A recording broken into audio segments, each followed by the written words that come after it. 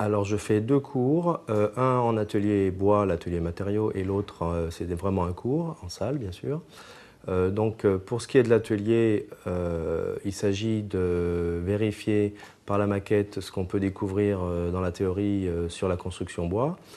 On fait des expériences qui se rapportent à la construction, qui ne sont bien sûr pas des modèles réduits de ce que serait la réalité, mais une approche constructive qui permet de voir la résistance des matériaux, la triangulation, toutes ces choses. Et on vérifie ça donc sur des exercices un petit peu précis, tels que le franchissement avec des données particulières, ou les grands édifices. Enfin, il y a plusieurs exercices en fonction des années. Pour ce qui est du cours, donc, il s'agit dans un premier temps d'analyser un petit peu la structure du bois, d'essayer de comprendre comment il pousse, pour en découvrir ses avantages, ses inconvénients, évidemment ses qualités dans la construction.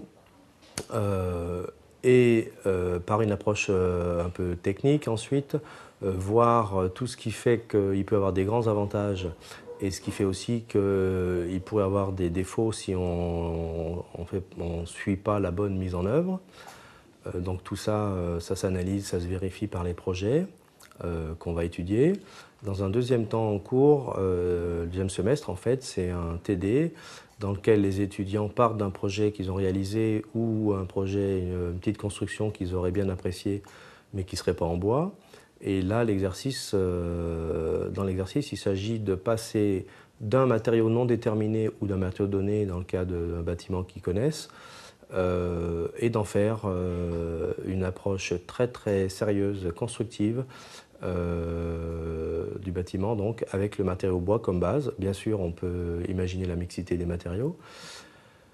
Donc là, sans faire de calcul, c'est une approche qui reste quand même un petit peu théorique. Sans faire de calcul, on va réaliser des projets, les redessiner complètement et voir dans quelle mesure on va choisir une technique ou une autre, puisque dans le premier semestre, on a étudié toutes les techniques de construction.